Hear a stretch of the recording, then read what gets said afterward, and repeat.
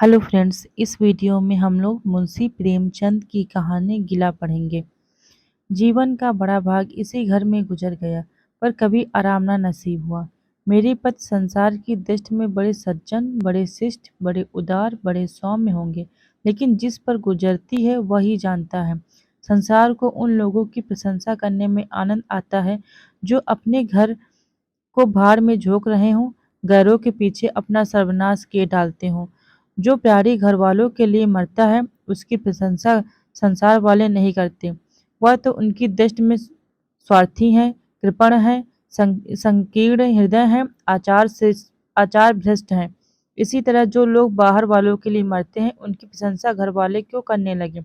अब इन्हीं को देखो, सारे दिन मुझे जलाया करते हैं। मैं पर्दा तो नहीं करती, लेकिन सौदे सुलभ के लिए बाजार जाना बुरा मालूम होता है। और इनका यह हाल है कि चीज मंगवाओ तो ऐसी दुकान से लाएंगे जहां कोई ग्राहक भूलकर भी ना जाता हो। ऐसी दुकान पर ना तो चीजें अच्छी मिलती हैं, ना तौल ठीक होती है, ना दाम ही उचित होते हैं।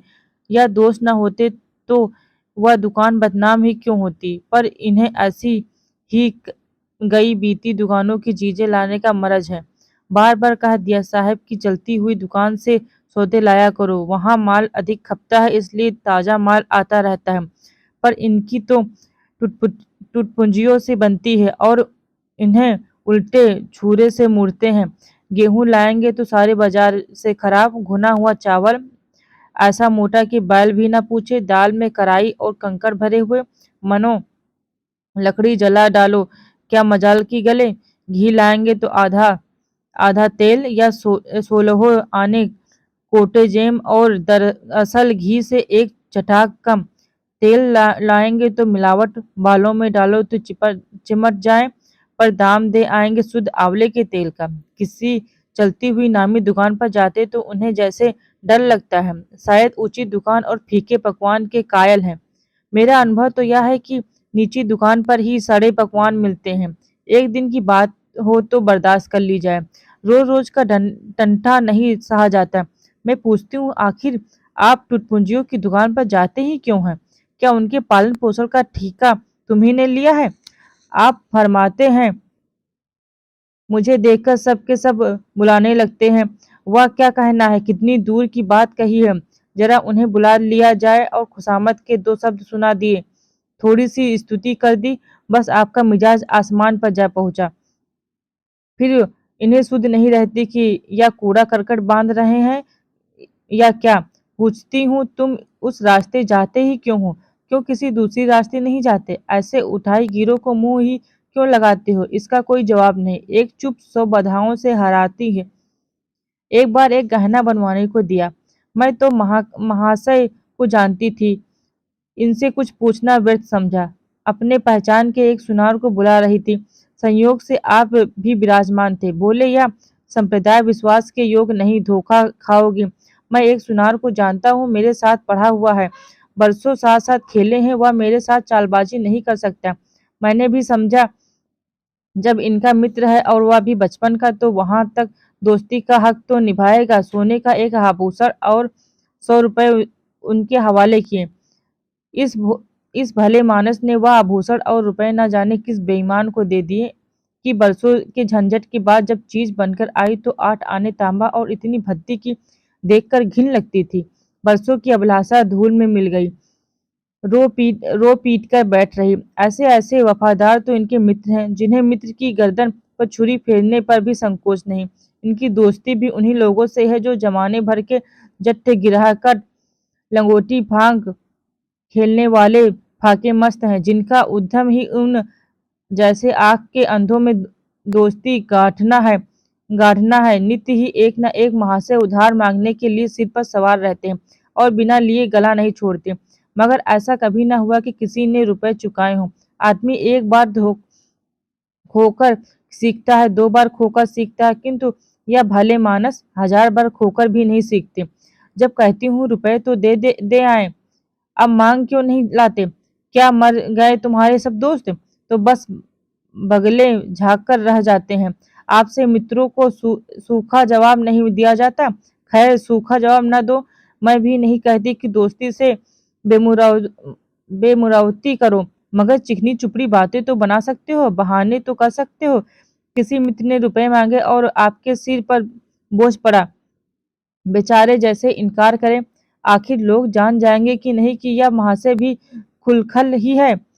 इनकी हविस यह है कि दुनिया इन्हें संपन्न समझती रहे, चाहे मेरे गहने ही क्यों न गिरे गिरे रखने पड़े। सच कहती हूँ, कभी कभी तो एक एक पैसे की तंगी हो जाती है और इन भले आदमी को रुपए जैसे घर में काटते हैं। जब तक रुपए के वारे न्यारे न कर लें, इन्हें चैन नहीं। इनकी करतूत कहाँ तक गाऊं, मेरी तो नाक में दम आ गया। एक न एक मेहमान रोज यमराज की भांति सिर पर सवार रहते हैं, न जाने कहाँ से बेफिक्रे इनके मित्र हैं। कोई कहीं से आकर मरता है, कोई कहीं से। घर क्या है, अपाहिजों का अड्डा है। जरा सा तो घर, मुश्किल से दो पलंग, ओढ़ना बिछौना भी फालतू नहीं। मगर आप हैं कि मित्रों को निमंत्रण देने को तैयार। आप तो अतिथि के साथ लेटेंगे, इसलिए इन्हें चारपाई भी चाहिए, ओढ़ना बिछौना भी चाहिए, नहीं तो घर का पर्दा खुल जाता है। मेरे बच्चे के सिर गर्मियों में तो खैर कोई मुजायका नहीं, लेकिन जाड़ों में तो ईश्वर ही याद आते हैं। गर्मियों में भी खुली छत पर तो मेहमानों का अधिकार हो जाता है। अब मैं बच्चों को लिए पिंजड़े में पड़ी फड़फड़ाया करूं। इन्हें इतनी समझ भी नहीं कि जब घर की यह दशा है तो क्यों ऐसे को मेहमान बनाएं, जिनके पास कपड़े लत्ते तक नहीं। ईश्वर की दया से इनके सभी मित्र इसी श्रेणी के हैं। एक भी ऐसा माई का लाल नहीं जो समय पड़ने पर थे ढेले से भी इनकी मदद कर सके। दो एक बार महाशय को इसका अनुभव अत्यंत कटु अनुभव हो चुका है, मगर इस जड़ भरत ने जैसे आंखें न खोलने की कसम खा ली है। ऐसे में दरिद्र भ्रष्टाचार से इसकी पड़ती। शहर में इतनी लक्ष्मी के पुत्र हैं, पर आपका किसी से परिचय नहीं। उनके पास जाते उनकी आत्मा दुखती। दोस्ती गांठें ऐसे हैं जिनके घर में खाने का ठिकाना नहीं। एक बार हमारा कहार छोड़कर चला गया और कई दिन कोई दूसरा कहार ना मिला। किसी चतुर और कुशल कहार की तलाश में थी, किंतु आपको जल्द से जल्द कोई आदमी रख लेने की धुन सवार हो गई। घर के सारे काम पूर्ववत चल रहे थे, पर आपकी मालूम हो रहा था कि गाड़ी रुकी हुई है। मेरा जूठे बर्तन मांजना और आप अपना साग भाजी के लिए बाजार जाना इसके लिए आशय हो उठा। एक दिन जाने कहाँ से एक बागड़ू को पकड़ लाए। उनकी सूरत कहे देखी देती थी कि कोई जागलू है, मगर आपने उसका ऐसा बखान किया कि क्या कहूँ। बड़ा होशियार है, बड़ा आज्ञाकारी, परले सिरे को का मेहमानती, गजब का सेलिकेदार है और बहुत ही ईमानदार। खैर, मैंने उसे रख लिया। मैं बार बार क्यों इतनी बातों में आ जाती हूँ, इसका मुझे स्वयं आश्चर्य है। यह आदमी केवल रूप से आदमी था, आदमियत के और कोई लक्षण उसमें न थे। किसी काम की तमीज नहीं, बेईमान था, पर गधा अव्वल दर्जे का। बेईमान होता तो कम से कम इतनी तस्कीन तो होती कि खुद खा जाता है, अभागा दुकानदारों के हाथों लुट जाता है। 10 तक की गिनती उसे न आती थी। 1 रुपया देकर बाजार भेजूं तो संध्या तक हिसाब न समझा सके। क्रोध पी पी कर रह जाती थी। रक्त खोलने लगता था कि दुष्ट के कान उखाड़ लूं, मगर इन महाशय को उसे कभी कुछ कहते नहीं देखा। डांटना तो दूर की बात है, आप नहा धोकर धोती छाट रहे हैं और वह दूर बैठा तमाशा देख रहा है। मैं तो बचाकर खून पी जाती, लेकिन उसे जरा भी गम नहीं। जब मेरे डांटने पर धोती छाटने जाता भी तो आप उसे समीप न आने देते, बस उसके दोषों को गुड़ बनाकर दिखाया करते और इस प्रयास में सफल न होते। दो दोषों पर पर्दा डाल देते। मूर्ख को झाड़ू लगाने की तमीज न थी। मर्दाना कमरा ही तो सारे घर में ढंग का एक कमरा है, उसमें झाड़ू लगाता तो इधर की चीज उधर, ऊपर की नीचे, मानो कमरे में भूकंप आ गया और गर्द का यह हाल, सांस लेना कठिन। पर आप शांतिपूर्वक कमरे में बैठे जैसे कोई बात ही नहीं। एक दिन मैंने उसे खूब डांटा, कल से ठीक ठीक ठीक झाड़ू न लगाई तो कान पकड़कर निकाल दूंगी। सवेरे सोकर उठी तो देखती हूँ कमरे में झाड़ू लगी हुई है और हरेक चीज करीने से रखी हुई है, गर्द गुबार का नाम नहीं। मैं चकित होकर देखने लगी तो आप हंसकर बोले, देखती क्या हो, आज घूरे ने बड़े सवेरे उठकर झाड़ू लगाई है। मैंने समझा दिया, तुम ढंग तो बताती नहीं, उल्टे डांटने लगती हो। मैंने समझा खैर दुष्ट ने कम से कम एक काम तो सलीके से किया, अब रोज कमरा साफ सुथरा मिलेगा। घूरे मेरी दृष्टि में विश्वासी बनने लगा। संयोग की बात, एक दिन मैं जरा मालूम से सवेरे उठ पड़ी और कमरे में आई तो क्या देखती हूँ कि घूरे द्वार पर खड़ा है और आप तन मन कमरे में झाड़ू लगा रहे हैं। मेरी आंखों में खून उतर आया। उनके हाथ से झाड़ू छीनकर घूरे के सिर जमा दी। हरामखोर को उसी दम निकाल बाहर किया। आप फरमाने लगे, उसका महीना तो चुका दो। वारी समझ, एक तो काम न करे, उस पर आंखें दिखाए, उस पर पूरी मजदूरी भी चुका दूं। मैंने एक कौड़ी भी न दी। एक एक कुर्ता दिया था, वह भी छीन लिया। इस पर जड़ भरत महाशय मुझसे कई दिन रूठे रहे, पर छोड़कर भागे जाते थे। बड़ी घर छोड़कर भागे जाते थे, बड़ी मुश्किलों से रुके। ऐसे ऐसे भोंदू भी संसार में पड़े हुए हैं। मैं न होती तो शायद अब तक उन्हें किसी ने बाजार में बेच दिया होता। एक दिन मेहतर ने उतारे कपड़ों का सवाल किया। बेकारी के जमाने में फालतू कपड़े तो शायद पुलिस वालों या रसोइयों के घर में हो, मेरे घर में तो जरूरी कपड़े भी काफी नहीं। आपका वस्त्रालय एक बख्शी में आ गया, जो डाक के पार्सल से कहीं भेजा जा सकता है। फिर इस साल जाड़ों के कपड़े बनवाने की नौबत न आई। मैंने नजर नहीं आते कपड़े कहाँ से बने। मैंने मेहनत को साफ जवाब दे दिया। कड़ाके का जाड़ा पड़ रहा था, उसका अनुभव मुझे कम न था। गरीबों पर क्या बीत रही थी उसका भी मुझे ज्ञान था, लेकिन मेरे या आपके पास खेद के सिवा इसका और क्या इलाज है।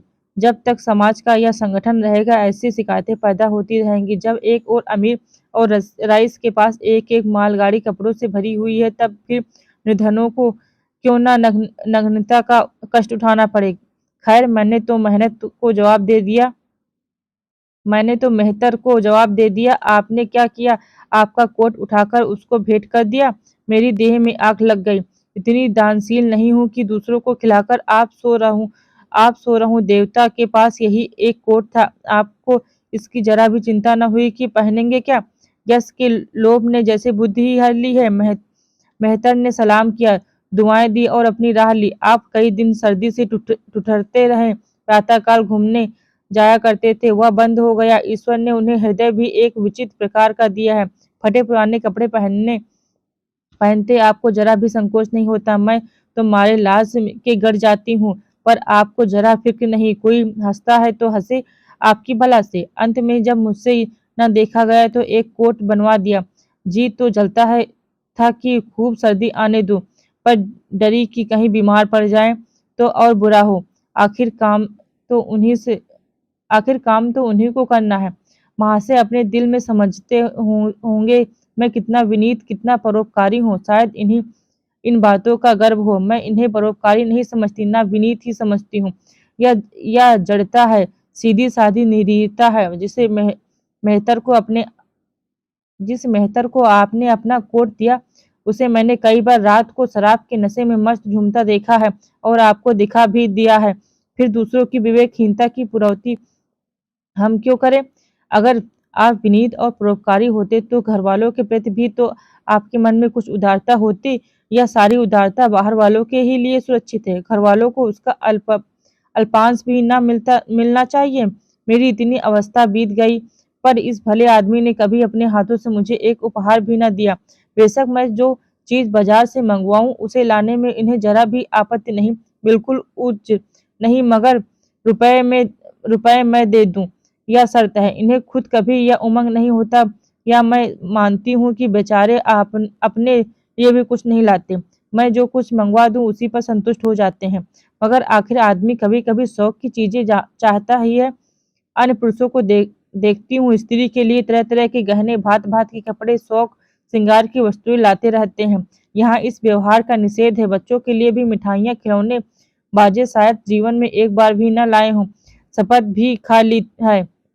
इसलिए मैं तो इन्हें कृपण कहूंगी, हर्षिक कहूंगी, हृदय शून्य कहूंगी, उदार नहीं कह सकती। दूसरों के साथ इनका जो सेवा भाव है उसका कारण है इनका यश, लोभ और व्यवहारिक अज्ञानता।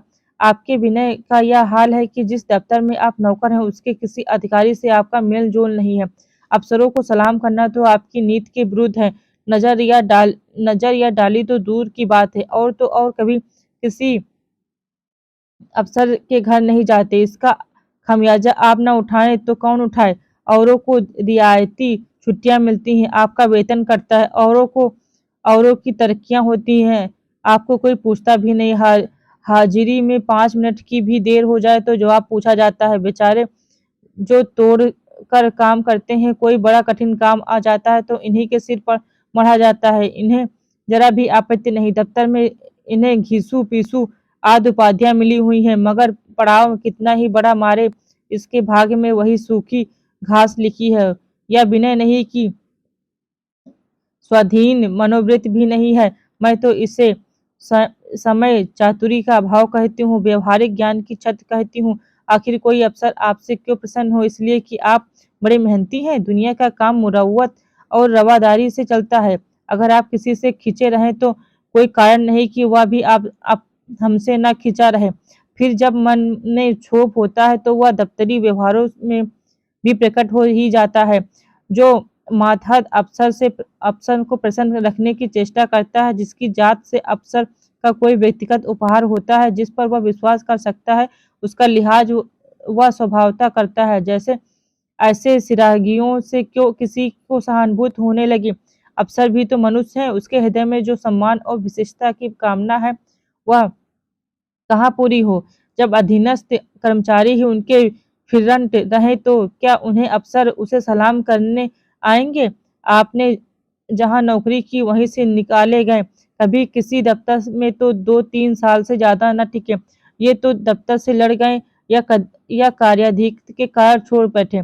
आपको कुटुंब सेवा का दावा है, आपके कई भाई भतीजे होते हैं, वह कभी इतनी बात भी नहीं पूछते, आप बराबर उनके मुंह ताकते रहते हैं। इनके एक भाई साहब आजकल तहसीलदार हैं, घर की मिल्कियत उन्हीं की निगरानी में है। वह ठाठ से रहते हैं, मोटर रख ली है, कई नौकर चाकर, मगर यहाँ भूले से भी पत्र नहीं लिखते। एक बार हमें रुपए की बड़ी तंगी हुई, मैंने कहा आपने भात्रा सी भात्रा जी से क्यों नहीं मांग लेते?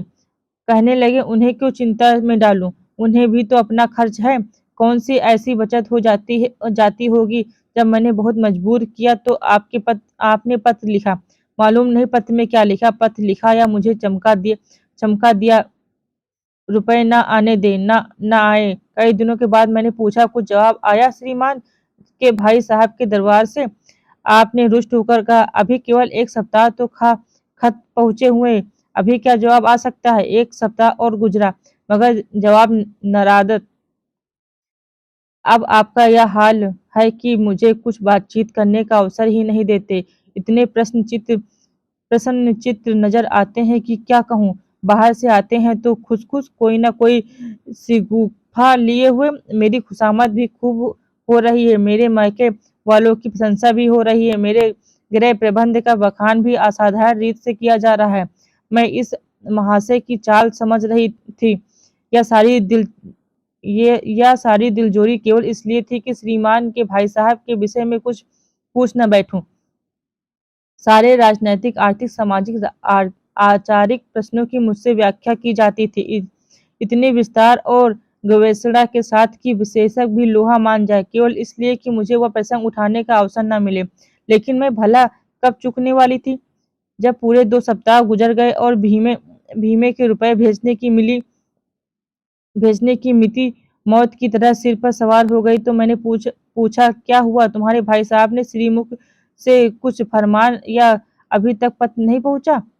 आखिर घर की जायदाद में हमारा भी कुछ हिस्सा है या नहीं, या हम किसी लौड़ी दासी की संतान हैं? 500 रुपए साल का नफा तो 10 साल पहले था, अब तो 1000 से कम न होगा।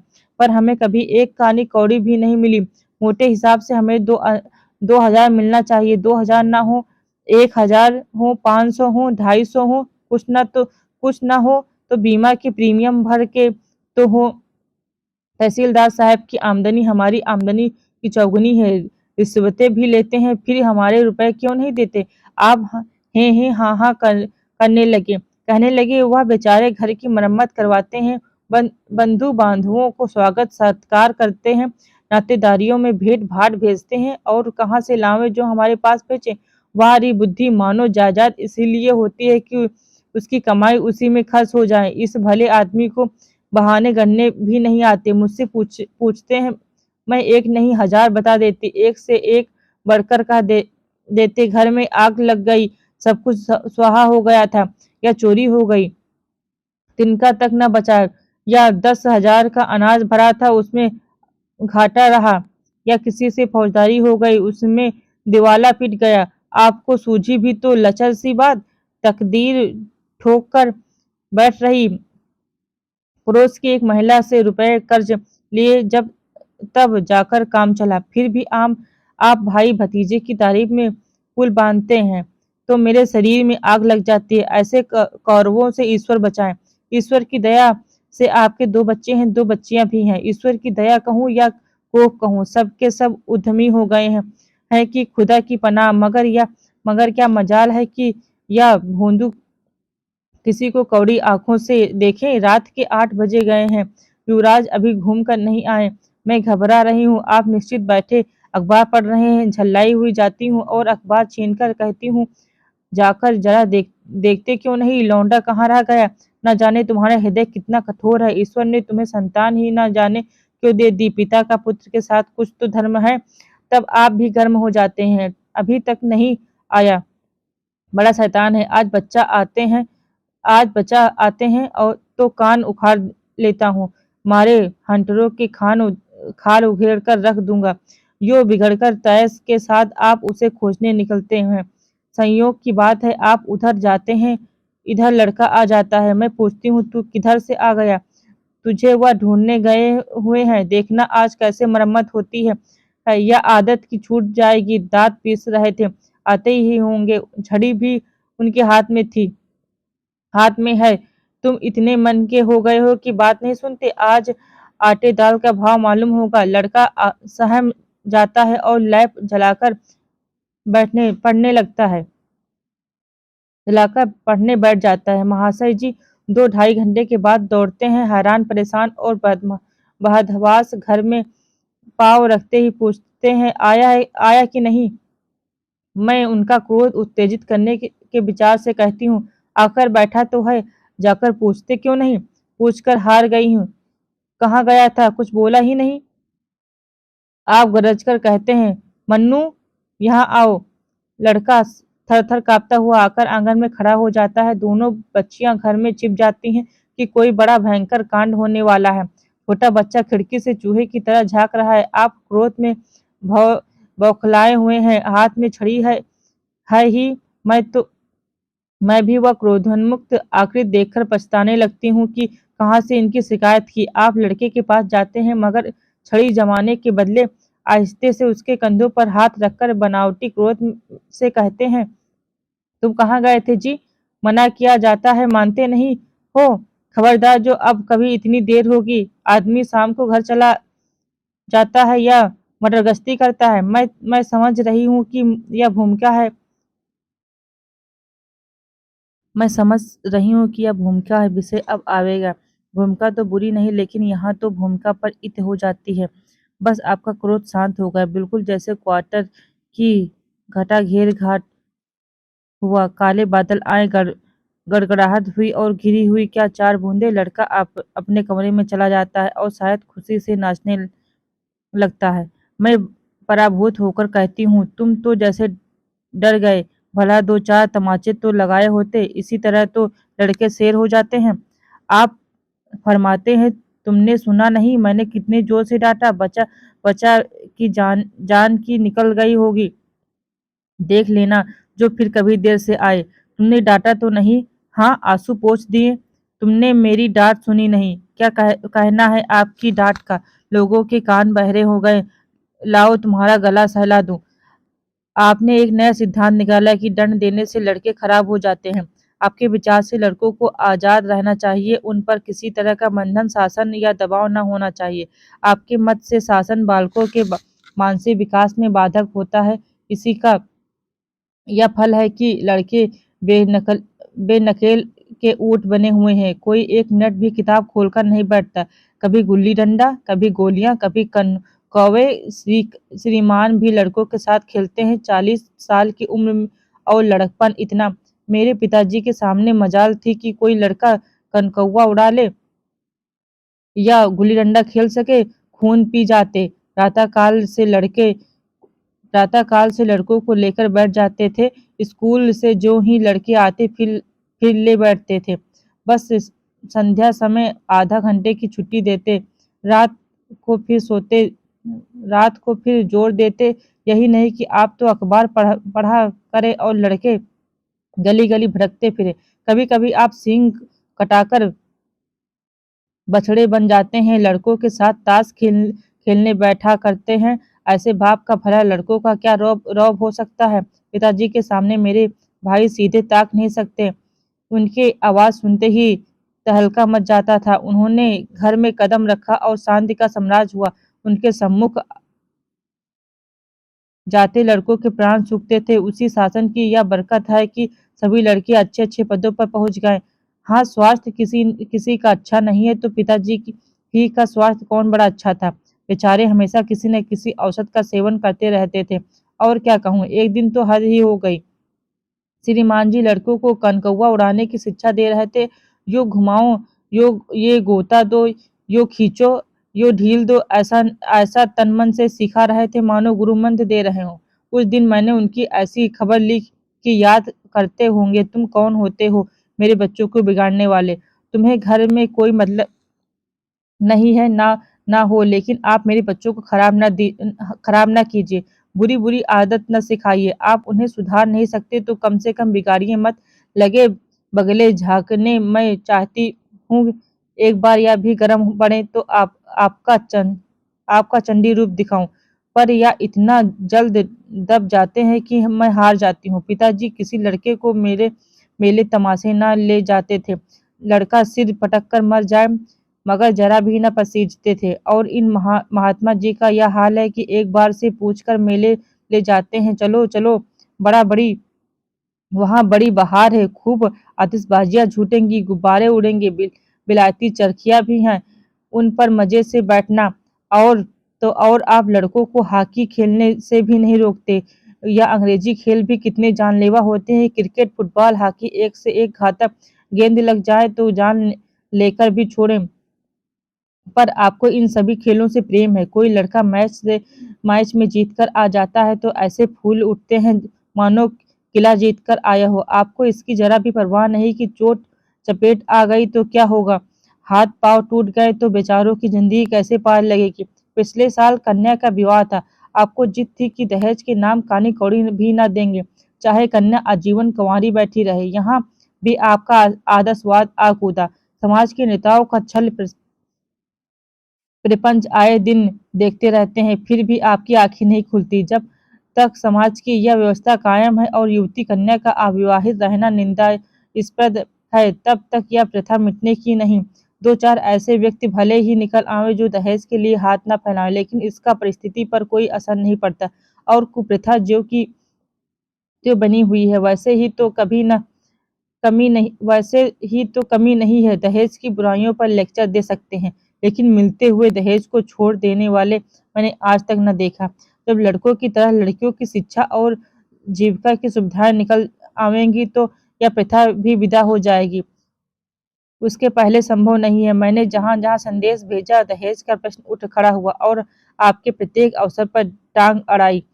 अब इन तरह पूरा साल गुजर गया और कन्या को 17वां लग गया तो मैंने एक जगह बात पक्की कर ली। आपके आपने भी स्वीकार कर लिया, क्योंकि वरपक्ष ने लेन देन का प्रश्न उठाया ही नहीं। हालांकि अंतःकरण में उन लोगों को पूरा विश्वास था कि अच्छी रकम मिलेगी और मैंने भी तय कर लिया था कि यथाशक्ति कोई बात उठा न रखूंगी। विवाह के सकुशल होने में कोई संदेह न था, लेकिन इन महाशय के आगे मेरी एक न चली। यह प्रथा निंद है या रस्म निरर्थक। यहाँ रुपए की क्या जरूरत, यहाँ गीतों का क्या काम, नाक में दम था या क्यों, वाह क्यों, या तो साफ दहेज है। तुमने मेरे मुंह में कालिक लगा दी है, मेरे आबरू मिटा दी। जरा सोचिए, इस परिस्थितियों को की बारात द्वार पर पड़ी हुई है और यह यहाँ बात बात पर शास्त्रियों को शास्त्रार्थ हो रहा है। विवाह का मुहूर्त आधी रात के बाद था। प्रश्नानुसार मैंने व्रत रखा, किंतु आपकी टेक भी थी कि व्रत की कोई जरूरत नहीं। जब लड़के के माता पिता व्रत नहीं रखते, तब लड़का तक व्रत नहीं रखता तो कन्या पक्ष वाले ही व्रत क्यों रखें। मैं और सारा खानदान बना कर मैं और सारा खानदान मना करता रहा, लेकिन आपने नाश्ता किया, भोजन किया। खैर, कन्यादान का मुहूर्त आया। आप सदैव से इस प्रथा के विरोधी हैं। आप इसे निषिद्ध समझते हैं। कन्या क्या दान की वस्तु है? दान रुपए, पैसे, जगह, जमीन का हो सकता है, पशुदान भी हो सकता है, लेकिन लड़की का दान एक एक लचर सी बात है। कितना समझाती हूँ, पुरानी प्रथा है, वेद काल से होती चली आई है, शास्त्रों में इसकी व्यवस्था है, संबंधी समझा रहे हैं, पंडित समझा रहे हैं, पर आप है कि कान पर जूं नहीं रेंगती। हाथ जोड़ती हूँ, पैर पड़ती हूँ, गिड़गिड़ाती हूँ, लेकिन मंडप के नीचे न गए। और मजा यह है कि आपने ही तो यह अनर्थ किया और आप ही मुझसे रूठ गए। विवाह के पश्चात महीनों बोलचाल न रही। झक मारकर मुझे से झक मारकर मुझे को मनाना पड़ा। किंतु सबके बड़ी विडंबना यह है कि सब किंतु सबसे बड़ी विडंबना यह है कि इन सारे दुर्गुणों के होते हुए भी मैं इनसे एक दिन भी पृथक नहीं रह सकती, एक क्षण का वियोग नहीं रह सकती। इन सारे दोषों पर भी मुझे इनसे प्रगाढ़ प्रेम है। इसमें यह कौन सा गुण है जिस पर मैं मुग्ध हूँ, मैं खुद नहीं जानती, पर उसमें कोई बात ऐसी है जो मुझे उनकी चेरी बनाई हुई है। वह जरा मामूली सी देर में घर आते तो प्राण नहों से समा जाते। आज यदि विधाता इनके बदले मुझे कोई विद्या और बुद्धि का पुतला, रूप और धन का देवता भी दे, तो मैं उनकी ओर आंखें उठाकर न देखूं। यह धर्म की बेड़ी नहीं, कदाप नहीं, प्रथागत पवित्र पतिव्रत भी नहीं, बल्कि हम दोनों की प्रकृति में कुछ ऐसी क्षमताएं, कुछ व्यवस्थाएं उत्पन्न हो गई हैं, मानो किसी मशीन के कल पुर्जे घिसाकर फिट हो गए हों और एक पुर्जे की जगह दूसरा पुर्जा काम न दे सके, चाहे वह पहले से कितना ही सुडौल, नया, सुदृढ़ क्यों न हो जाए। जाने कुछ रास्ते से हम निसंक आंखें बंद किए जाते हैं, उनके ऊंच नीच, मोड़ और घुमाव सब हमारी आंखों में समाये हुए हैं। अनजाने रास्ते पर चलना कितना कष्टप्रद होगा। शायद आज मैं उनके दोषों को गुणों में बदलने का भी तैयार न होंगी।